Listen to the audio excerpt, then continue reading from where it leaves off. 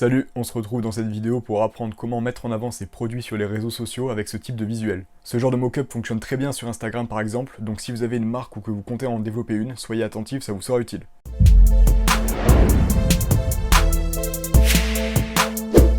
Ok, donc pour commencer, on va chercher à recréer le mock-up qui est au milieu ici, et dans un second temps, on créera l'arrière-plan avec tous les effets qu'il y a donc en arrière-plan. Donc pour ce faire, on se rend sur Printful, et on va aller dans le mock-up générateur de Printful, qui est juste ici, donc vous aurez le lien en description pour le site Printful. Donc Printful qui est une plateforme de print en demande, mais bon, il dispose de pas mal d'outils dont on peut se servir, en l'occurrence ici le mock-up générateur.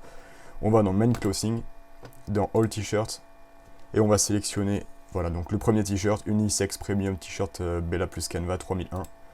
On va cliquer dessus et on a donc le template du mock-up qui va s'ouvrir, qui va nous permettre de personnaliser notre mock-up. Vous pouvez choisir évidemment la couleur du t-shirt que vous voulez, vous en avez des dizaines. Bon, moi pour une question de facilité, de sobriété, je vais rester sur du blanc pour le tutoriel. Mais bien sûr, vous choisissez ce que vous voulez. Donc vous cliquez sur Drop Your Design Here et vous allez pouvoir upload votre design. Hop, voilà, alors moi je vais prendre celui-ci. Donc pour le tutoriel, moi j'ai choisi un design que j'ai trouvé sur Freepik, donc qui est une banque d'images libre de droit. Donc vous pouvez trouver plein de choses, c'est vraiment génial, des images vectorielles, des graphiques, des fonds d'écran, plein de choses.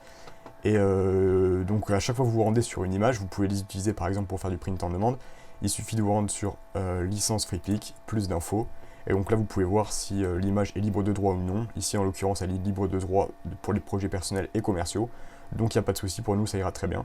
Donc moi, en l'occurrence, je ne vais pas l'imprimer, je vais juste faire le mock-up. Mais si par exemple, je voulais l'utiliser pour du print en demande, techniquement, j'aurais le droit de le faire.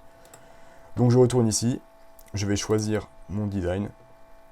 Il va il va se mettre directement sur mon t-shirt. Et je vais l'agrandir un petit peu, voilà. Si je veux voir un peu ce que ça rend, je peux désactiver la grille. Voilà, donc là c'est parfait, et on va cliquer sur Continue.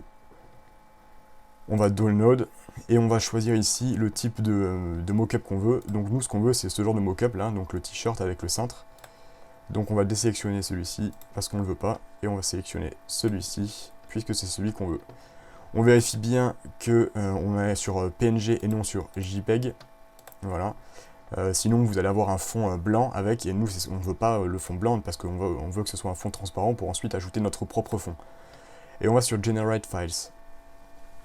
Donc les mock-ups vont se télécharger, voilà, donc vous cliquez sur Download et vous allez avoir donc votre mock-up qui se télécharge. Donc voilà, nous on a notre mock-up qui s'est téléchargé, on va pouvoir maintenant se rendre sur Photoshop pour attaquer la partie créative. Petite interruption pour vous parler des différents formats sur Instagram. Donc sur Instagram, vous avez trois formats possibles pour poster vos photos. Le format horizontal, 1080 par 566 pixels, le format carré, 1080 par 1080, et le format vertical, 1080 par 1350 pixels. L'idée c'est que votre publication occupe le plus d'espace possible sur l'écran de l'utilisateur lorsqu'il navigue sur son feed Insta. Du coup, le format que je vous conseille, c'est le format vertical 1380 par 1350 pixels, tout simplement car c'est le plus adapté aux écrans des smartphones. En gros, c'est celui qui prend le plus de place parmi les trois.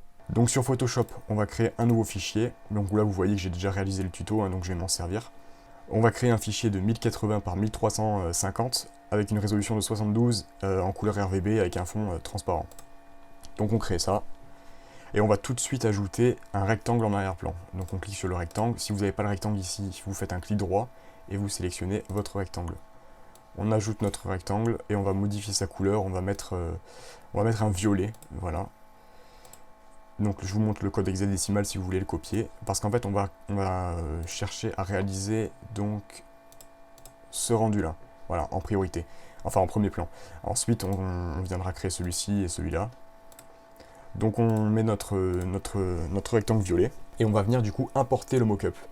Donc pour l'importer, soit vous allez ici et vous cliquez sur importer, et vous pouvez importer, vous trouvez votre mock-up et vous l'importez, ou alors carrément vous pouvez faire un glisser-déposer. Donc là c'est ce que je vais faire, hop, je mets ça à côté et je viens glisser mon mock-up. Il va naturellement se mettre au milieu de l'image, donc c'est parfait. Et là maintenant ce qu'on va faire, c'est qu'on va faire pareil mais avec le design. Donc on va prendre uniquement le design et on va venir pareil, le glisser-déposer ou l'importer comme vous voulez, selon votre préférence. Et là, on va le redimensionner. On va le mettre à peu près de cette taille-ci. Voilà, comme ça. Je vais le remonter. J'appuie toujours sur Alt pour le déformer depuis le centre. Voilà, comme ça. Sinon, si vous lâchez Alt, Vous allez le déformer de cette façon. Moi, c'est pas ce que je veux. Je veux le déformer depuis le centre pour garder voilà, ce centrage. Voilà.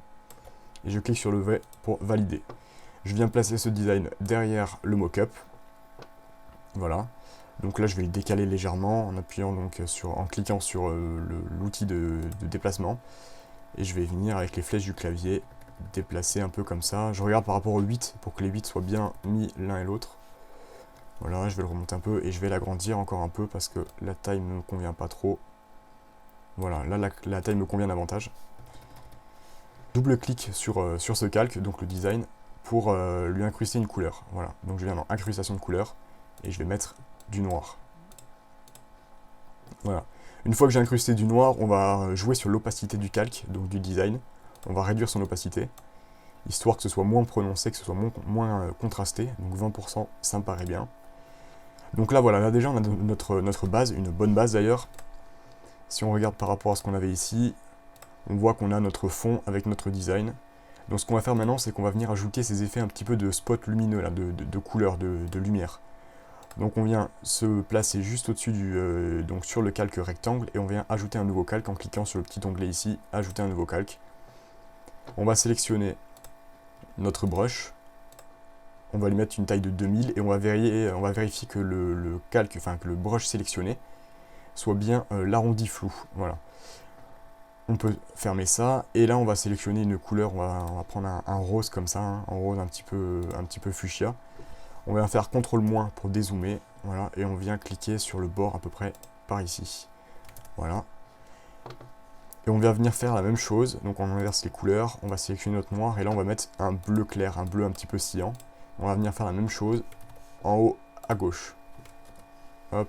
Donc quand ça ne nous convient pas, on peut faire un CTRL Z pour revenir en arrière. Voilà. Donc là ce que je vais faire, c'est que je vais le faire à peu près comme ça. Voilà, et donc là on a notre premier rendu, qui franchement est pas mal, moi je trouve que ça claque. On va pouvoir donc créer d'autres rendus. Alors là voilà, on voit que c'est un petit peu différent, j'avais travaillé sur des couleurs qui étaient peut-être un poil différentes. J'avais peut-être travaillé sur l'opacité également, on peut réduire l'opacité. Voilà, on peut réduire l'opacité pour que la lumière soit plus ou moins prononcée. Moi j'aime bien quand c'est bien prononcé comme ça. On va tout en haut, on va cliquer sur le premier calque, et on va maintenir Shift enfoncé, donc la touche Maj, et on va cliquer sur celui qui est tout en bas. Voilà, donc pour tous les sélectionner. Une fois qu'on a fait ça, on appuie sur CTRL G pour grouper. On va le renommer en faisant un double clic, on l'appelle par exemple numéro 1. Et on va faire CTRL J pour dupliquer, tout ce groupe-là. Pareil, double clic, on va appeler numéro 2. Et donc en fait, ça va nous permettre de créer un autre rendu. Donc on va ouvrir le document. Et donc là, en fait, ce qu'on va faire, c'est que pour avoir des rendus différents, on va modifier donc les couleurs et on va modifier l'arrière-plan. En fait, le design et le mock-up, on va pas vraiment y toucher parce qu'en fait, c'est toujours la même chose au final. Hormis peut-être l'incrustation de couleurs sur le design, on va pouvoir... voilà. Donc on va supprimer ce calque, on va changer l'arrière-plan, on va mettre par exemple ici un rouge bordeaux. Pareil, je vous montre l'hexadécimal si vous voulez le copier. Donc, parce qu'en fait, on va essayer de recréer ce design-là. Donc pour ça, on va ensuite ajouter un calque, et on va y mettre un brush, toujours en 2000, un brush jaune.